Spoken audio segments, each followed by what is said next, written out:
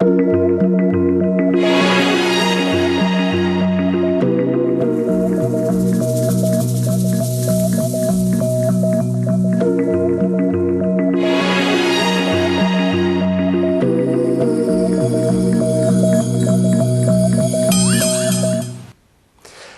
et merci de nous retrouver pour la Foi prise au mot, votre rendez-vous hebdomadaire de formation chrétienne. Comme vous le savez, après l'année 2008-2009, qui était une année consacrée à Saint Paul, le pape Benoît XVI a décidé que l'année 2009-2010 serait une année consacrée aux prêtres. Et pour nous aider à bien débuter cette année et nous donner quelques éléments de réflexion, je vous propose une émission sur le prêtre. Qu'est-ce qu'un prêtre? Comment doit-il être formé? Quelle vie doit-il mener? Voici donc les questions que je vais poser à mes deux invités. Monseigneur Dominique Ray, bonjour. Bonjour. Vous êtes prêtre de l'Emmanuel et évêque de Fréjus-Toulon et vous venez de publier Le Prêtre aux éditions Tempora. Tout à fait. Le père Bernard Pitot, bonjour. Bonjour. Vous êtes le supérieur provincial de France de la Compagnie des prêtres de Saint-Sulpice, les Sulpiciens. Vous avez été directeur du séminaire de Saint-Sulpice et du séminaire des Carmes et directeur de l'IFEC, l'Institut de formation des éducateurs du clergé. Et donc vous êtes particulièrement bien placé pour parler de cette question du prêtre. Alors, une première question un peu naïve pour commencer cette émission. Pourquoi est-ce qu'on a besoin de prêtres? À quoi ça sert un prêtre? Est-ce que c'est utile finalement? Je dirais, le Christ a voulu que sa mission puisse se continuer, s'actualiser à travers son Église et par son Église. Et c'est là le rôle en particulier du prêtre de donner, d'ailleurs dans une formule, je dirais un peu générique, de donner le Christ à l'Église, au monde. Hein. Et c'est là l'institution du sacerdoce qui est là pour manifester cette présence continuelle du Christ à travers les sacrements, la proclamation de la parole et l'animation de la communauté. Et c'est donc profondément constitutif de la vie de l'Église, du signe qu'elle a posé au milieu de la vie des hommes. Et je dirais, l'Église ne peut pas se passer de la présence du prêtre. Vous aussi Oui, tout à fait. On pourrait prendre un exemple. Hein. Par exemple, on dit ministère de la réconciliation. Hein, le ministère de la miséricorde. Le ministère de la réconciliation, qui est tout à fait fondamental, puisque c'est l'objectif qu'a donné le Concile Vatican II à l'Église. Nous devons, l'humanité tout entière doit se retrouver autour du Christ, à la gloire du Père. Alors, ce ministère de la réconciliation de toute l'humanité, c'est à toute l'Église qu'il est confié, évidemment. C'est pas seulement aux prêtres, hein. C'est tous les chrétiens, quels qu'ils soient, laïcs, religieux, prêtres, diacres, évêques, qui ont à vivre et à promouvoir, et à faire ce ministère de la réconciliation. Mais au cœur de l'Église, il y a un ministère particulier, celui de l'évêque, et puis celui du prêtre, qui signifie et qui témoigne que cette réconciliation, elle ne vient pas au bout de nos efforts, hein. Elle ne vient pas par le produit de nos activités, mais fondamentalement, elle vient de Dieu, même si nous y sommes associés. Et je crois que le rôle du prêtre, c'est de dire cela, de signifier cela et de vivre cela.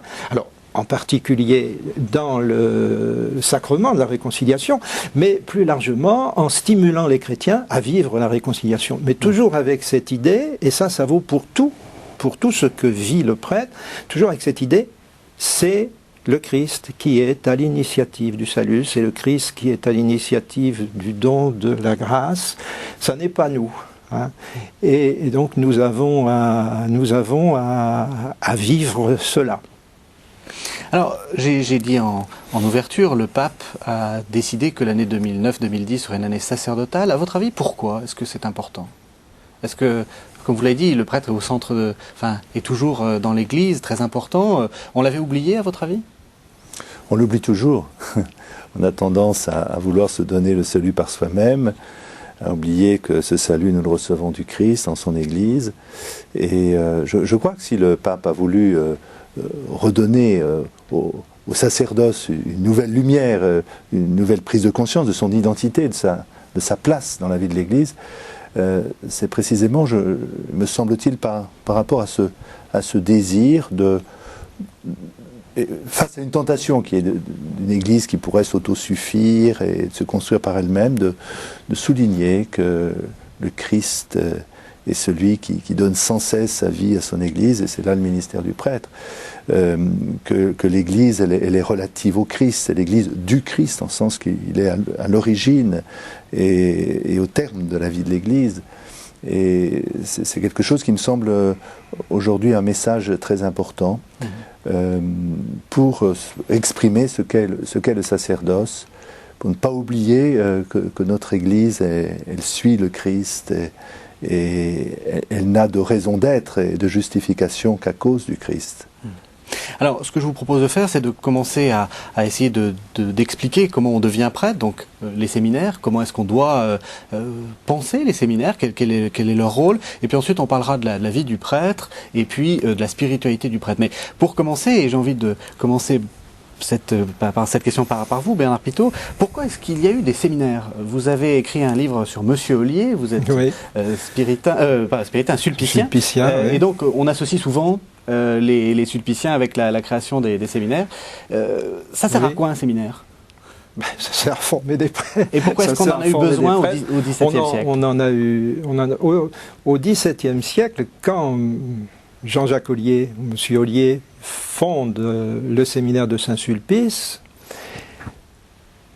Ça n'est pas le premier séminaire fondé en France, mais c'est le premier séminaire qui va tenir, qui va tenir dans la durée. Jusqu'au Concile de Trente, il n'y a pas de séminaire à proprement parler. Évidemment, on forme les prêtres de diverses manières, mais il n'y a pas de séminaire à proprement parler. C'est le Concile de Trente qui décide, en 1563, de fonder les séminaires, c'est-à-dire de préparer des jeunes hommes à devenir prêtres et à exercer bien exercer leur ministère. Alors, ça ne veut pas dire que les prêtres n'étaient pas formés, mais ce qui manque à l'époque de Monsieur Ollier, et ce pourquoi il fonde le séminaire de Saint-Sulpice, c'est une formation proprement spirituelle et pastorale. C'est-à-dire, il y a une formation intellectuelle. Les futurs prêtres, du moins ceux du haut clergé, parce que ceux du bas clergé étaient formés dans des écoles presbytérales auprès de leurs curés, mais d'une manière qui souvent laissait beaucoup à désirer. Et ceux du haut clergé étaient formés en université, donc ils suivaient à Paris par exemple les cours de la Sorbonne. Mais par contre, il manquait une formation proprement pastorale et spirituelle. Et Monsieur Ollier dit il faut former les prêtres, les futurs prêtres, à devenir vraiment des représentants de Jésus-Christ. Il faut former Jésus-Christ en eux, comme on disait à cette époque, comme disaient les grands représentants de ce qui deviendra plus tard l'école française de spiritualité, n'est-ce pas? Il faut former le Christ pasteur en eux, former le Christ dans tous les chrétiens, mais former le Christ pasteur en eux. Donc ça, évidemment, il fallait prendre du temps, il fallait créer une institution, il fallait des hommes pour ça, qui puissent initier les séminaristes, les futurs prêtres, à vivre cette réalité du Christ pasteur en eux, à leur apprendre à être prêtre, quoi. C'est pas d'abord former les gens intellectuellement, ça c'est plus facile parce que il suffit d'avoir de bons professeurs de théologie, mais par contre former les gens intérieurement à devenir prêtre, là, c'est un autre problème. Est-ce que 300 ans après, vous êtes d'accord dans votre séminaire? Est-ce que c'est ça le but, former le Christ, former les prêtres à être pasteurs? Oui, avec ces 4 piliers de la formation que rappelle Pastores d'Abo Vobis, le grand texte de Jean-Paul II qui nous montre une figure sacerdotale qui est préparée par une formation pastorale, humaine, spirituelle et intellectuelle je dirais, assumer le sacerdoce dans toutes les dimensions de l'existence. On n'est pas d'abord prêtre par uniquement des connaissances académiques, ni uniquement par une bonne volonté spirituelle. C'est tout un être qui est façonné pour le service d'une communauté, le service du peuple chrétien. Et tout ça prend du temps et suppose, j'allais dire, une structure qui est adaptée pour ce travail de formation, et c'est le séminaire. Alors, dans chaque séminaire, il y a des règles communes, une ratio studiorum en particulier, mais aussi dans les autres aspects de la formation, pour donner, je dirais, une équivalence dans la formation à travers le monde, qui est à adapter naturellement en fonction des contextes, le style de la formation à la culture et aux besoins. Et comment faire pour la pastorale? C'est ça qui est difficile. Ce que disait très bien le Père Pitot, c'est que c'est facile finalement les études. Le savoir, c'est facile. Mais comment est-ce qu'on fait pour que les gens deviennent des pasteurs? Il me semble, bien sûr, les études, c'est une chose, mais la formation de l'homme, de l'humanité de l'homme, est quelque chose qui est très, très fondamental aujourd'hui, avec une certaine perte des repères anthropologiques, une certaine difficulté ou défaillance des familles, et je crois que c'est un des grands enjeux aujourd'hui de la formation, former des êtres qui soient équilibrés dans leur affectivité, dans leur vie relationnelle, dans la capacité d'assumer des responsabilités, qui soient libres finalement.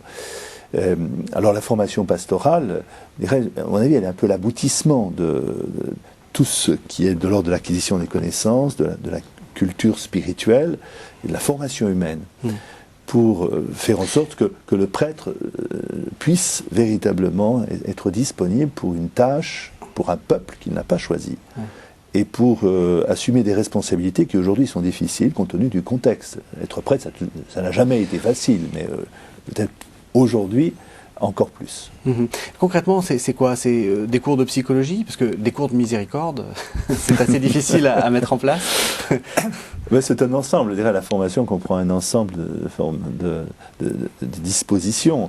En particulier dans l'aspect pastoral, c'est de voir comment l'éternel message de l'Évangile va pouvoir se communiquer et être vécu par une communauté qui a son histoire, qui a aussi sa géographie, et faire en sorte, et c'est ce rôle de médiateur du prêtre, qu'à la fois il soit l'homme de Dieu, pour reprendre une définition ancienne, et en même temps vraiment dans une grande proximité avec ses contemporains, qui puissent les connaître et les aimer de l'intérieur.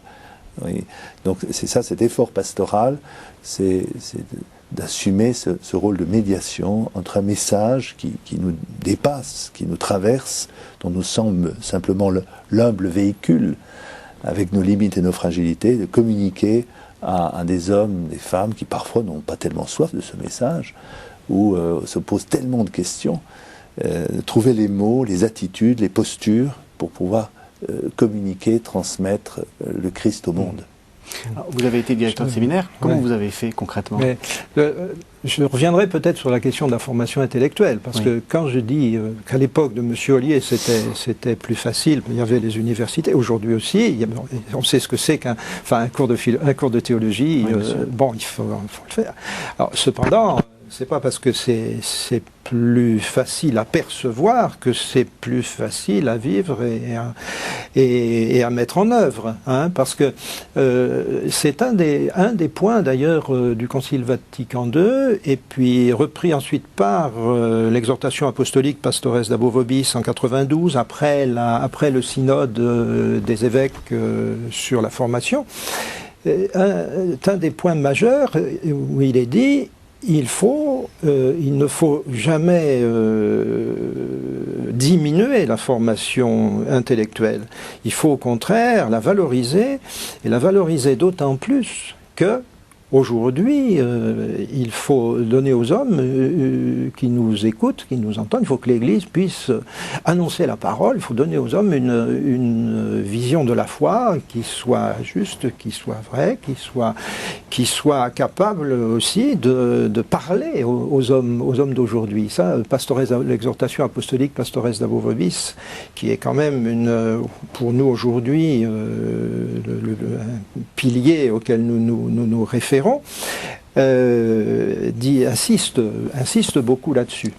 Alors après ça, évidemment, comme dit Monseigneur Ray, il y a toute la formation de l'homme qui va devenir prêtre. Pastor Isavo Vobis a, pour la première fois, a dit clairement que la dimension humaine de la formation était une dimension spécifique de la formation, avec les trois autres, spirituelle, intellectuelle, pastorale, n'est-ce pas?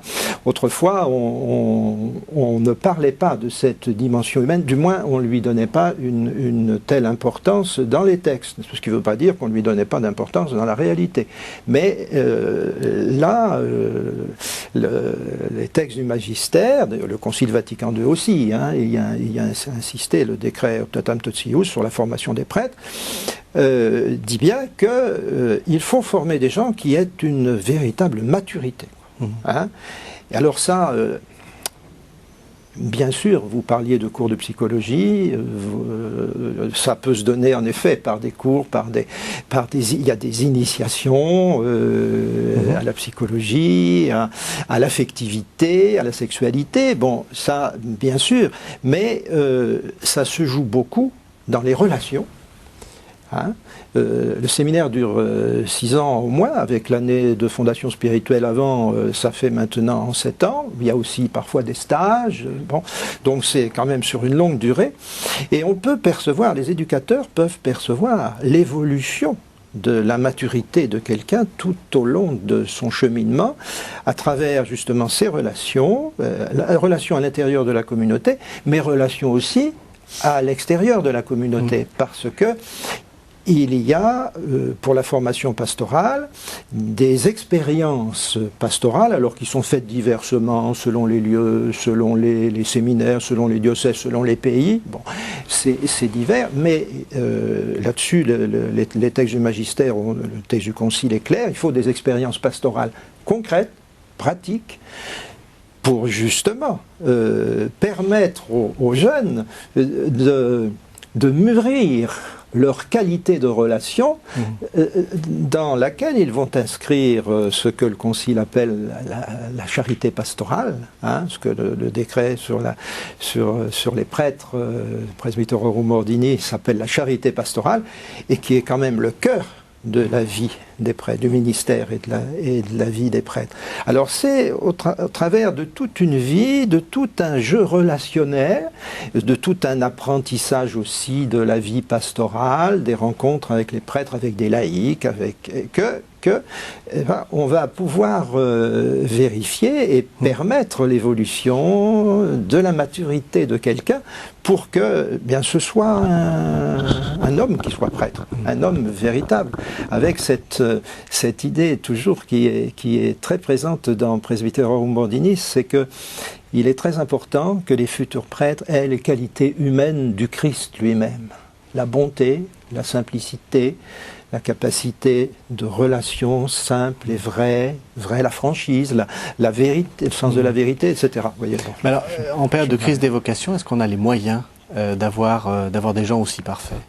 C'est une question un peu provocatrice, mais est-ce qu'on n'est pas tenté de forcer un peu, en disant, bon, tant pis?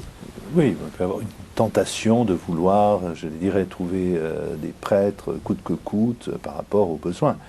Je crois que là, il y a un acte de foi au départ qui est posé, c'est-à-dire que le Christ s'occupe de son Église. Et c'est pas nous qui sommes d'abord à l'initiative de l'appel, c'est le Christ qui envoie. Et donc nous sommes extrêmement débiteurs. Ce n'est pas nous qui décrétons chaque année en fonction de nos statistiques qu'on a besoin de X candidats au sacerdoce qu'on va ensuite recruter comme le ferait une entreprise de placement. Là, nous recevons ce que le Seigneur nous donne et nous sommes en face de la liberté, de la réponse de ceux qui se présentent ou ne se présentent pas pour servir l'Église. Et donc c'est l'objet vraiment de notre prière. Hein, c'est ce que rappelle le Christ, prier, le maître de la moisson, d'envoyer les ouvriers à la moisson. Et fondamentalement, c'est cette prière qui qui est pour nous une intercession de toute l'Église, de toutes nos communautés. Et je crois qu'au cours de cette année sacerdotale, elle devient un peu plus fervente. Comment vous faites pour, justement, pour savoir si une vocation est bonne ou n'est pas bonne? Parce que, encore une fois, la tentation est grande de dire on verra bien. Oui. Et après d'écrémer, entre guillemets, en disant on verra bien. Non, d'une part, c'est, je dirais, d'ouvrir grandes les portes au départ. Ensuite, il y a vraiment un discernement qui doit se faire, en particulier. Il commence dans la première année de fondation spirituelle qu'on a mis en place, beaucoup de séminaires ont mis en place, qui est une année de propédeutique. Un certain nombre de jeunes qui pensent à une vocation ont une idée assez floue. Des vérités de la foi, ils se font des idées, parfois des illusions, c'est ce qu'est le prêtre. Donc il faut une première année de discernement, de fondation, mais le discernement va se poursuivre tout au cours de la formation. Dans mon séminaire, on a augmenté le nombre d'années. Cette année, on passe de 7 années à 8 années, précisément, compte tenu, je dirais, des candidats qu'on voit. On se dit qu'il faut plus de temps par rapport à la maturité humaine, spirituelle. Et il faut prendre le temps qu'il faut. Et entre ceux qui rentrent et ceux qui, au terme de la route, vont être appelés pour devenir diacre et prêtre, il y a, je dirais, 60% ou 50%, ça dépend un peu des cas, des situations, qui sont appelés, puis d'autres qui, eux-mêmes, le découvrant ou en le leur disant, suivent une autre route. Donc je crois que c'est le jeu de cette formation qui permet non pas d'écrémer pour simplement avoir une élite, simplement pour vérifier les aptitudes, les capacités de quelqu'un de recevoir la mission de l'Église. Alors, dans votre livre, vous dites qu'il faut manifester un triple amour, aimer l'Église, aimer le monde et aimer la vocation. C'est ça les critères de discernement? C'est une manière de les formuler. Oui, oui. Faut rentrer dans le mystère, accueillir le mystère d'un appel, savoir qu'on n'est pas prêtre pour soi-même. Ça veut dire une relation très particulière et personnelle avec le Christ et avec son Église, dont on épouse l'enseignement qui devient notre patrie, et tout cela en vue d'une annonce, d'une proposition de la foi, de signifier la présence du Christ à notre monde. Et ce monde, il faut l'aimer, en percevoir la beauté. On est parfois scandalisé devant ce qui se passe. Bon, d'abord, avant le scandale du mal, il y a le scandale, je vais dire, du bien, de la beauté et de la profondeur des attentes de nos contemporains, qui sont des attentes spirituelles, etc., et que le message de l'Évangile vient rejoindre. Et puis en même temps, effectivement, percevoir dans ce monde, faire une œuvre de discernement pour voir qu'il y a des impasses, qu'il y a des cul-de-sac, qu'il y a des manières d'être personnelles et collectives qui ne vont pas dans le sens du plein accomplissement de notre vocation filiale. Oui. Oui, je suis tout à fait d'accord avec vous. Et je dirais, il y a aussi, avant même l'année de fondation spirituelle, il y a aussi, dans les diocèses, quelquefois à plusieurs diocèses, des petits groupes qui cheminent dans une recherche vocationnelle, des gens qui pensent, ou auxquels on a posé la question, puis des gens qui accueillent cette question, des gens qui pensent eux-mêmes, qui ont pensé eux-mêmes à devenir prêtres. Alors, on les rassemble, on fait des petits groupes. Ça donne l'occasion de faire un tout premier discernement, si vous voulez. Puis ça permet un accompagnement qui va ouvrir la porte à l'entrée dans la formation proprement dite par l'année de fondation spirituelle et puis après les années de séminaire. Moi, je soulignerais ce que vous disiez tout à l'heure, c'est-à-dire on n'est pas propriétaire de sa vocation. Et dans un séminaire, c'est très important que quelqu'un ait cette capacité d'accueillir éventuellement les remarques qui lui sont faites, les conseils qui lui sont donnés, pour se dire, en effet, c'est pas moi, si je deviens prêtre, c'est pour répondre d'abord à un appel de Dieu, et cet appel de Dieu, il m'est signifié aussi par l'Église, par l'évêque, par des formateurs qui sont là avec moi, et qui ont pour mission de m'aider et de discerner avec moi si effectivement je suis bien fait pour ça ou non, quoi, hein. Et pour moi, un critère majeur de discernement, c'est lorsque on voit quelqu'un progresser à la fois dans son désir profond d'être prêtre et dans sa vie chrétienne en même temps. Autrement dit, lorsque le désir d'être prêtre provoque en lui un plus grand amour de Dieu, un plus grand amour des autres, une vie de prière qui se développe, un dynamisme missionnaire qui se répand, n'est-ce pas? Alors, lorsqu'on sent ça chez quelqu'un, bien sûr, il y a d'autres choses à vérifier. On parlait de la maturité tout à l'heure, c'est vrai, puis il y a d'autres choses. Il y a un minimum d'aptitude intellectuelle, il y a tout ça. Mais pour moi, dans mon expérience, en tout cas, telle que je l'ai vécue dans les longues années que j'ai passées au service de la formation, c'est ça, c'est ce point qui me paraît majeur, qui m'est toujours apparu majeur. C'est-à-dire, est-ce que mon désir d'être prêtre suscite vraiment en moi une vie chrétienne de plus en plus profonde et de plus en plus missionnaire. Jean-Jacques Ollier, il disait tout simplement, pour être un bon prêtre, il faut être un bon chrétien. D'abord, enfin, bien sûr, il faut des qualités spécifiques, mais il faut être un bon chrétien. Hein? Alors, après, le temps file, alors qu'il faut que, une fois qu'on a formé le prêtre, on va dire qu'on l'a formé, maintenant, sa vie de prêtre. Alors, la question qu'on pose souvent, est-ce qu'il faut que le prêtre soit visible? Est-ce qu'il faut qu'on le reconnaisse immédiatement comme prêtre? Vous savez, pendant les années passées, il y a eu ce qu'on appelait une pastorale de l'enfouissement, où il fallait que le prêtre soit au milieu du monde. Est-ce que je pense que vous prêchez plutôt pour une visibilité du prêtre. Alors pourquoi? Je dirais l'histoire, elle évolue avec les balanciers, hein, et je crois que dans cette volonté d'enfouissement, il y a quelque chose qui était très positif, c'est-à-dire non pas un prêtre qui soit en surplomb et qui s'adresse au monde à dire de l'extérieur, mais qui veuille vraiment et profondément le rejoindre. Et ça, c'était, je dirais, un courant qui a traversé profondément l'Église en France en particulier. Et je crois qu'aujourd'hui, dans un contexte où l'Église est plus minoritaire, quoiqu'elle façonne plus qu'on ne le pense les comportements, eh bien on a besoin vraiment d'une identification. Mais identification, ça ne veut pas dire repli identitaire. Parce qu'il ne suffit pas de porter un signe visible. Il faut encore qu'il y ait une cohérence entre ce signe et ce que l'on est, ce que l'on vit. Hein.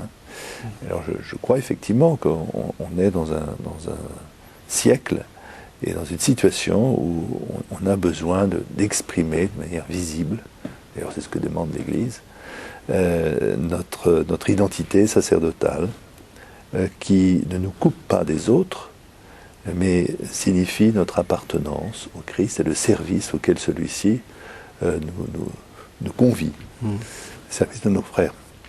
Ça peut prendre, tout le monde n'est pas amené à porter une soutane ou un habit religieux, hein, mais il faut que le signe existe.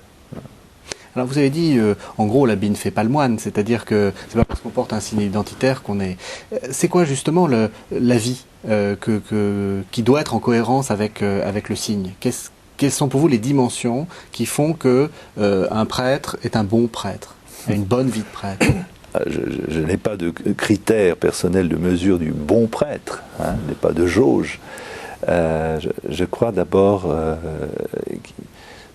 une vie personnelle d'union au Christ. Il est configuré au Christ, tête de son Église, au Christ bon pasteur, et donc fondamentalement ça nourrit toute une spiritualité, hein, qui bien sûr, comme tout baptisé est fondé sur des vertus théologales et un désir de sanctification, mais qui prend un trait particulier compte tenu de la mission qui est la sienne, notre pasteur. Une prière, par exemple, qui sera fondamentalement, comme le rappelle la lettre aux Hébreux, une prière d'intercession. Hein. Le fait de porter des exigences qui sont liées à son état l'exigence du célibat, qu'il choisit librement, l'exigence d'une obéissance à son évêque, etc. Là aussi façonne une certaine spiritualité. Donc je crois profondément que le prêtre est amené à habiter ces dispositions. Un bon prêtre, si on peut reprendre cette expression, ne doit pas être moralisante.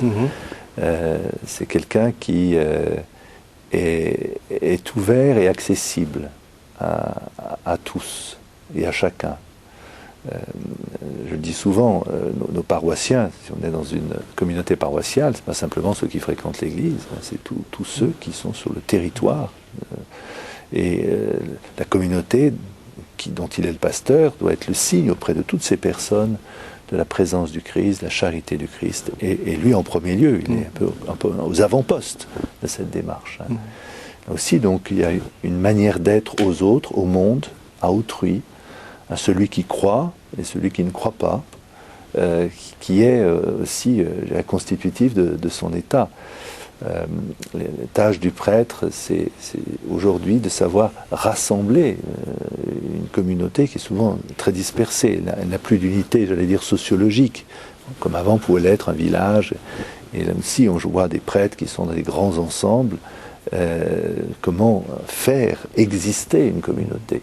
C'est une communauté de foi, où les personnes apprennent à se connaître. La crise, on parle de crise des vocations, c'est souvent aussi une crise des communautés chrétiennes. Donc là aussi, il y a une responsabilité particulière du prêtre, qui est une responsabilité aujourd'hui comme hier, mais aujourd'hui qui prend des aspects particuliers compte tenu d'une difficulté de rencontre des gens et d'un certain délitement du tissu social. Alors comment on fait justement quand on est prêtre et qu'on a des communautés qui sont en train de partir, qui se délitent, qui... Ça ne se délite pas toujours, hein. Oui.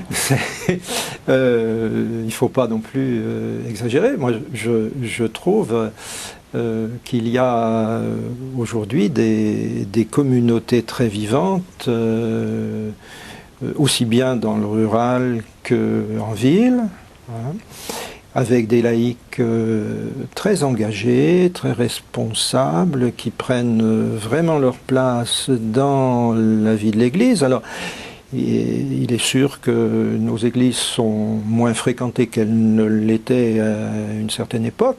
Il reste vrai qu'il y a beaucoup de vitalité, je trouve, dans notre Église. Et il ne faut pas trop se laisser aller, me semble-t-il, au discours qui manque d'espérance, hein, parce que je crois que concrètement, c'est pas. Enfin, il y a des signes aussi de grande vitalité, je crois, dans tous les diocèses. Vous les constatez, monseigneur? Alors, ah oui, ça c'est sûr. À la fois, je pense qu'il y a un double phénomène, c'est qu'il y a une diminution, on prend statistiquement, du nombre de pratiquants, vieillissement de la population qui fréquente les églises. Bon.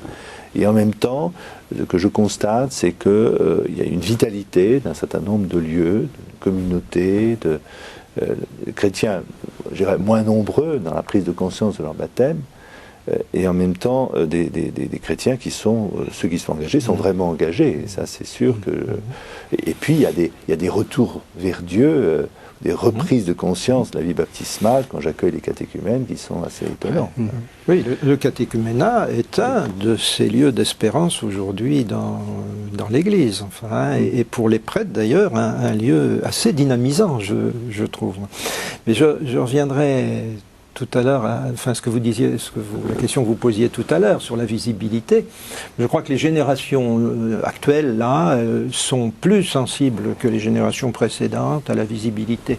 Et pour les raisons que l'on disait, il y a une diminution du nombre, il y a des chrétiens, enfin on le sent bien. Bon, par conséquent, on on retrouve le besoin de sortir d'un certain silence, d'un certain enfouissement qui a eu toute sa valeur dans le passé, qui garde sa valeur au sens où il faut être, comme vous le disiez, parler, c'est pas parler d'au-dessus, quoi. C'est parler dans la proximité. Et, bon. Alors, moi, je crois qu'au point de vue que vous posiez la question que c'est qu'un bon prêtre. Alors, en effet, on n'a pas de définition du bon prêtre, mais je crois, je consonne tout à fait ce que vous disiez sur l'union au Christ, enfin la méditation de l'Évangile, un compagnonnage avec le Christ, qui est un compagnonnage avec l'Évangile, de façon à laisser se façonner en nous le visage même du Christ pasteur. Ça, c'est fondamental. S'il n'y a pas ça dans une vie de prêtre, on passe à côté, on vit à l'extérieur de soi, et finalement, bon, il y a quelque chose qui ne va pas bien. Alors, moi, je dis aussi, du point de vue de ce que l'on demande à un prêtre aujourd'hui, je les résume facilement sous trois têtes de chapitre. Premièrement, le discernement. Deuxièmement, la communion. Troisièmement, la mission. Le discernement, en disant discernement, je veux dire ceci, c'est-à-dire les prêtres sont appelés aujourd'hui à travailler avec des laïcs. Hein. Alors, il y a un premier type de discernement qui consiste à appeler des gens, à discerner que telle personne a peut-être tel charisme et qu'elle va pouvoir mettre en œuvre dans tel ou tel service de l'Église. Puis il y a un deuxième type de discernement qui est lorsque on va réunir par exemple une équipe pastorale, une équipe d'animation pastorale, une AP comme on dit au moins certains endroits. Eh bien, on va pas seulement dire bon la messe du dimanche sera à telle heure ici, à telle heure là et à telle heure à tel autre endroit, mais on va essayer de regarder un petit peu ce qui se passe autour de nous, dans la société, dans le quartier, dans le village si c'est en rural. Et puis à partir de là, à quoi nous nous sentons appelés? Est-ce que nous avons quelque chose à dire, quelque chose à faire, Alors voyez-vous, ça c'est tout un travail de discernement que le prêtre doit instaurer avec les laïcs pour dynamiser c'est déjà missionnaire, ça, du coup, hein, pour dynamiser la communauté. La communion, c'est que, bon, bien sûr, il y a des sensibilités très diverses, hein, et aujourd'hui, le respect des sensibilités diverses est une valeur importante. Eh bien, le prêtre les prêtres sont des gens qui vont être les instruments, de par leur ministère même, parce que finalement, le Christ, c'est celui qui réconcilie, comme je le disais au début, c'est celui qui fait la réconciliation du monde. Donc faire la communion à l'intérieur de la communauté, c'est majeur. Si la communauté est divisée, évidemment, elle va porter un mauvais témoignage. Et puis, troisièmement, stimuler la mission, quoi. Toujours renvoyer les gens renvoyer les laïcs vers les autres, vers ceux qui ne sont pas là, vers les gens qui sont plutôt sur le seuil, vers les gens qui se posent des questions, vers les gens... Bon, de façon à ce qu'en effet, on ait vraiment une communauté qui soit missionnaire. Alors, vous parlez beaucoup de laïcs. On accuse souvent l'Église, les évêques, donc vous, de ne pas prendre assez en compte les laïcs. Comment vous définiriez le rapport entre le prêtre et le laïc ? C'est quand même un problème de tension souvent, c'est pas la peine de garder la langue de bois, quelquefois il y a des rivalités. Alors comment est-ce qu'on fait pour gérer ça ? Je crois d'abord dans la prise de conscience de notre commune dignité baptismale. Être chrétien, c'est être consacré dans une vocation qui nous lie à l'Église, nous lie à l'ensemble des chrétiens, quelle que soit la mission et la fonction qu'on exerce dans ce corps qu'est l'Église. Donc je crois que c'est ça qui est très, très important. Et d'ailleurs, on ne peut pas faire en sorte qu'un prêtre se distingue simplement parce qu'il aurait des capacités intellectuelles ou humaines. En réalité, il appartient à cette communauté de baptisés.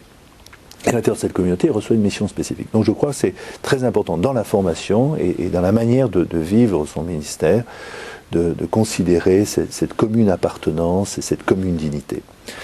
La deuxième chose dans la mission du prêtre, c'est son sacerdoce, c'est d'être au service du sacerdoce commun de tous les baptisés. Et donc c'est vraiment une mission de service qui fait qu'il est dans une posture particulière. À la fois, il est avec les autres, il est proche de tous les autres, il est frère de tous les baptisés, de l'humanité qu'il est amené à servir, et en même temps, il exerce une paternité, il exerce une responsabilité particulière, qui le distingue dans la tâche spécifique qui est la sienne, mais c'est cette articulation qui me semble indispensable de bien apprécier et de bien vivre. Faute de quoi, il peut y avoir une espèce de cléricalisme où on exercerait un pouvoir sacré et on serait en surplomb de la communauté, ou au contraire, on considérerait notre sacerdoce comme, j'allais dire, une fonction que l'Église se donnerait à elle-même et du coup qui enlèverait au prêtre profondément ce caractère qu'il a marqué, qu'il a distingué, ce sceau indélébile qui marque son être dans toutes ses dimensions, d'en faire quelqu'un qui occuperait des fonctions finalement passagères que d'autres pourraient assumer à sa place. Récemment, le pape Benoît XVI a reçu des évêques du Brésil dans une visite ad limina et a dit il faut que les prêtres restent prêtres et que les laïcs restent laïcs. Il critique une certaine cléricalisation des laïcs et au contraire une laïcisation des prêtres. La frontière se situe où à votre avis? C'est quoi qui c'est le domaine du sacrement et pas plus loin enfin, comment les deux mondes communiquent et sur quoi ils se séparent? Bien, c'est ce que je viens d'indiquer, cette articulation entre la participation à une communauté de baptisés et d'autre part une posture de service particulière au sein de cette communauté. Bon, alors, on ne peut pas réduire la vie du prêtre, la fonction du prêtre uniquement au culte sacramentel et liturgique. Elle comprend une action d'abord en premier lieu, que rappelle le Presbyterorum Ordinis, qui est l'annonce de la parole, l'enseignement de la parole. Et elle comprend aussi un rôle de communion de la communauté par le fait que le pasteur va donner sa place à chacun, va détecter les charismes de chacun, faire ensemble que ce ne soit pas simplement une juxtaposition de fonctions, mais la constitution véritablement d'un corps, chacun soit intégré.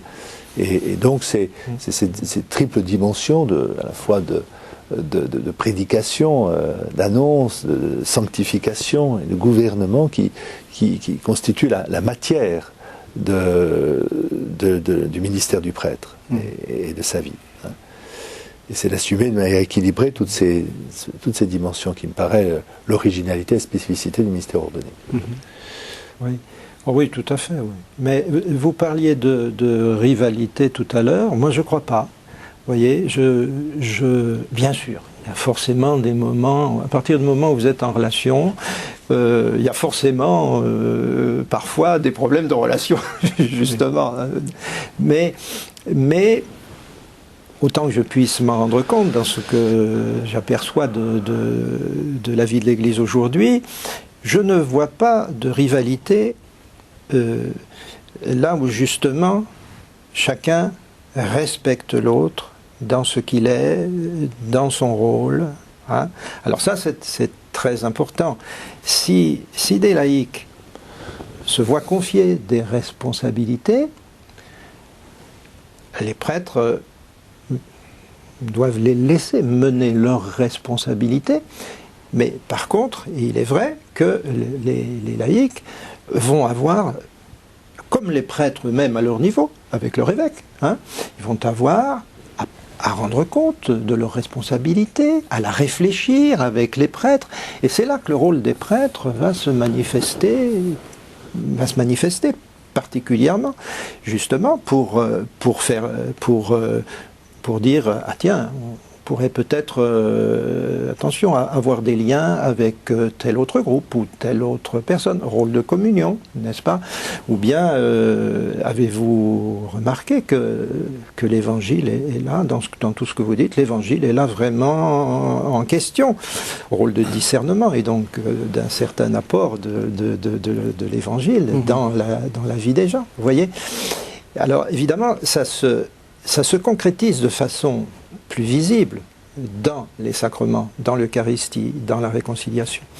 C'est vrai que dans l'Eucharistie du dimanche, on voit bien que là, les prêtres, au nom du Christ, convoquent, rassemblent la communauté qui célèbre avec eux, et les prêtres manifestent justement que le don que le Christ fait de sa vie, c'est vraiment lui qui le fait, et il le fait par eux.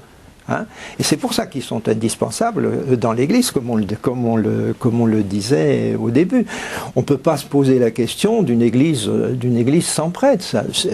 Théologiquement parlant, ça n'a pas de sens. Traditionnellement parlant, ça n'a vraiment pas de sens. Hein. Et c'est pour ça, justement, je crois qu'il est important que les communautés chrétiennes prennent bien conscience que le prêtre est nécessaire. Hein, parce qu'on pourrait s'habituer, dire on n'a plus de prêtre, donc on va faire des célébrations le dimanche, ça va remplacer. Mais non, ça remplace pas. Ça remplace pas. On le fait parce qu'on ne peut pas faire autrement. Mais les communautés doivent retrouver ce désir d'avoir des prêtres, non pas pour reprendre les rênes et puis refaire ce que font des laïcs maintenant, parce que les laïcs ils le font au nom de leur baptême et de leur confirmation, hein, ils ne le font pas pour remplacer le prêtre, ils le font au nom de leur baptême et de leur confirmation, hein, mais pour dire oui, nous avons besoin des prêtres comme signe de l'initiative de Dieu dans notre communauté. Et ça c'est fondamental, c'est-à-dire de fait si les communautés chrétiennes ne reprenaient pas une vive conscience de ça, forcément, mais je crois qu'il y a quand même tout un travail qui s'est fait dans l'Église ces dernières années et qui soutient dans cette direction-là. Enfin, alors il nous reste malheureusement 5 minutes, ça va très vite, ça passe très vite. Je voudrais revenir sur l'Eucharistie, puisque dans votre livre, Monseigneur Ray, votre dernier chapitre est consacré à ça. Et pour vous, c'est important que le prêtre ne soit pas simplement le ministre de l'Eucharistie, mais qu'il ait une spiritualité de l'Eucharistie. En gros, il n'a pas qu'à faire la messe, il faut que ça ait une place importante dans sa spiritualité. Pourquoi ? Oui, parce que le pape le redit, à la suite de la tradition de l'Église, le sommet de la vie chrétienne, c'est la vie eucharistique, la célébration eucharistique, mais la vie eucharistique. Le prêtre est aussi donné, comme l'est l'Eucharistie, pour la vie du monde. Donc ça, je dirais, dans son identité la plus profonde, c'est le sacrifice de sa vie, le jour de son ordination, mais il l'a assumé chaque jour, le sacrifice de sa vie, pour que le monde ait la vie. Je l'ai dit tout à l'heure, on n'est pas prêtre pour soi-même. Donc fondamentalement, la vie eucharistique, la structure eucharistique façonne le visage du prêtre. Et si l'Eucharistie est la source, le sommet de la vie chrétienne et de la mission de l'Église, en particulier pour le prêtre. Alors, quand on dit il est l'homme de l'Eucharistie, il ne faudrait pas réduire naturellement cela à une vision purement cultuelle et liturgique. Oui. Mais la vie eucharistique se déploie au-delà de la célébration, elle embrasse toute l'existence chrétienne. Et de ce point de vue, on peut dire que le prêtre ne se comprend qu'à partir de l'Eucharistie, dans ce sens large du terme, une action de grâce que nous célébrons à la suite du Christ. Mais justement, est-ce que cette oblation, cette image très, très élevée que vous avez du prêtre, elle doit être un peu difficile à vivre tous les jours? C'est difficile d'être toujours donné. Mais le prêtre est député pour faire des choses qui sont humainement impossibles. Sa mission le dépasse. Là, le grand mystère, à la fois de notre vie chrétienne et à la fois aussi de notre vie sacerdotale, de rendre possible l'impossible. Seule la grâce de Dieu nous invite à le croire et essayer de le faire. Alors, l'Eucharistie est précisément là, donner le gage que l'action du Christ soutient, porte notre vie et notre existence vers le salut de tous. Alors, il me reste quelques minutes. J'ai juste envie de vous poser une question. Parce que j'aurais bien dit quelque chose. Alors dites quelque chose. Sur justement cette dimension eucharistique, au XVIIe siècle, Jean-Jacques Collier, il y avait la parole et Eucharistie. Il mettait beaucoup en valeur la parole dans la chapelle du séminaire, en rapport avec l'Eucharistie. Et sa spiritualité était très eucharistique et dans le sens que vous dites justement. C'est-à-dire, l'Eucharistie, c'est le don du Christ qui livre sa vie. Les prêtres, en célébrant l'Eucharistie, en adorant l'Eucharistie, doivent non seulement accomplir un acte cultuel, c'était pas son objectif premier, ils doivent vivre eux-mêmes l'Eucharistie, devenir eux-mêmes Eucharistie, c'est-à-dire eux-mêmes livrer leur vie pour les gens dont ils sont les pasteurs. Alors, très rapidement, maintenant, qu'est-ce que vous conseilleriez en quelques mots à quelqu'un qui vous dit « j'ai envie d'être prêtre » ? Je parlerai un tout petit peu avec lui s'il est disponible pour parler. Et puis, je lui dirais, aller rencontrer je lui dirais d'abord que c'est une belle chose à laquelle il se destine, et je l'encouragerais si je voyais en effet que c'est bon de l'encourager. Et puis je l'aiderais à prendre contact. Alors, selon les cas, avec son curé s'il ne l'a pas fait, avec des prêtres, et puis avec le responsable des vocations du diocèse après. Et vous ? Je vois bien sûr la même chose. Mais je dirais, c'est très important d'être en lien avec une communauté chrétienne. Parce que c'est à l'intérieur de la vie de la communauté, par le partage fraternel, que finalement ce désir, qui est sans doute un désir très profond, est purifié. Et, est exposé aussi, et vérifié. Et on n'est pas prêtre comme, vous voyez, c'est pas un astéroïde qui tombe, c'est si on est en relation avec d'autres que ce désir peut se mûrir, s'approfondir, et effectivement un jour, permettre à cette personne de pouvoir contacter le service des vocations, entrer dans un séminaire, si Dieu le veut. Merci beaucoup, merci à tous les deux, et merci de nous avoir suivis pour cette émission.